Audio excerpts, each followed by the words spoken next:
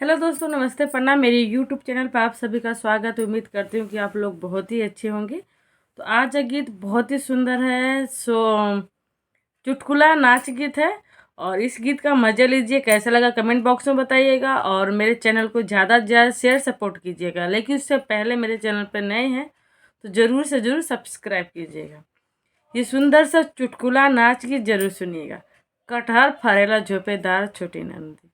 तो इस गीत को जरूर सुनिएगा, कैसा लगे बताइए।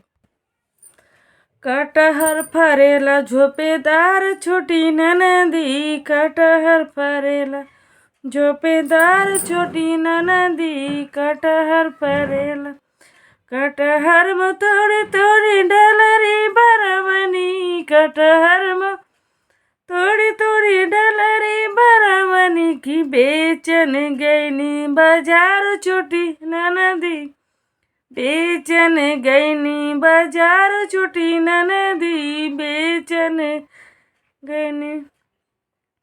कटहर में बेची कोची घर के लवटनी, कटहर में बेची कोची घर के लवटनी, ससुरो मांगे उधार छोटी ननदी, ससुरो मांगे उधार छोटी ननदी।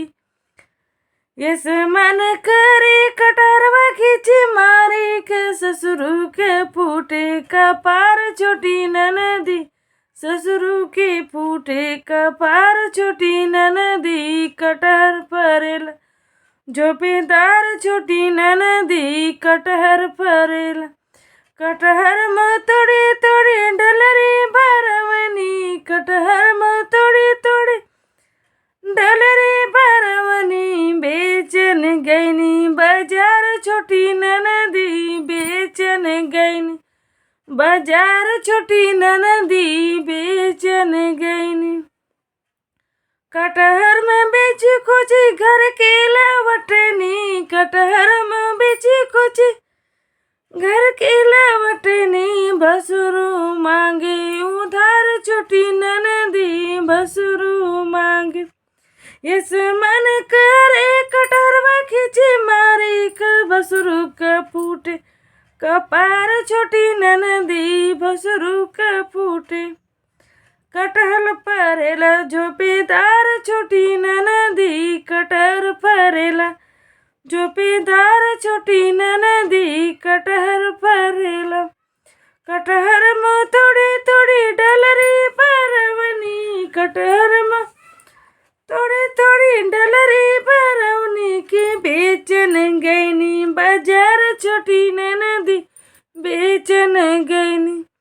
कटहर में बेची कुची घर के लवटनी, कटहर में बेची कुची घर के लवटनी, देवरू मांगे उधार छोटी ननदी, देवरू मांगे।